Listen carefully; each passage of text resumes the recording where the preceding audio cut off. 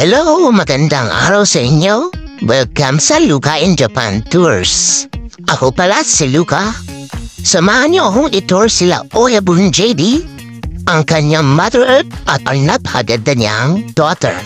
Gusto daw nila maka-experience magsuot ng kimono, kaya sinamahan namin siya ni Amo dito sa Vasara located sa Kawagoe. Dito ay pwede kang mamili ng gusto mong isuot. After nga nila makapagsuot ng kimono ay papunta na kami ngayon sa Warehouse District. Doon kung saan makikita natin ang classic Edo period from year 1603 to 1867 up until now. Makikita mo ang lumang building na nakahilera sa streets. Binansagan ang lugar na ito na The Little Edo. Madami rin ditong historical structure from the past at sobrang lapit lang nito sa Tokyo, at kung wala kang time pumunta ng Kyoto, best alternative mo to dahil parang Kyoto vibes na rin siya.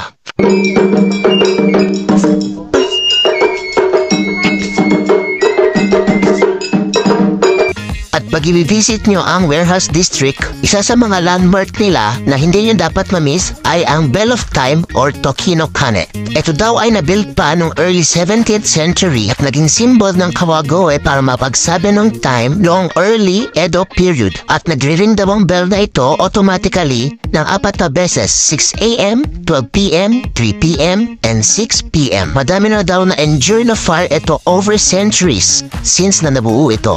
Sa paligid naman ito, madami nagbebentang vendors ng mga sweets, mga pagkain na napakasarap. Dito rin located ang Dongguri Republic at sikat na traditional style Starbucks. At nang nagutom si Oyabun, doon naman kami kumain sa isa sa mga masarap na restaurant dito, ang Shunga Shuto. Ang main nila dito ay udon at tempura na napakasarap. After nga namin kumain, ay pumunta naman kami sa malapit na shrine dito, yun ay Kawagoe Hikawa Shrine. Grabe ang pila dito, makikita nyo naman. Isa din tong spot na talagang pinupuntaan ng mga tao dito.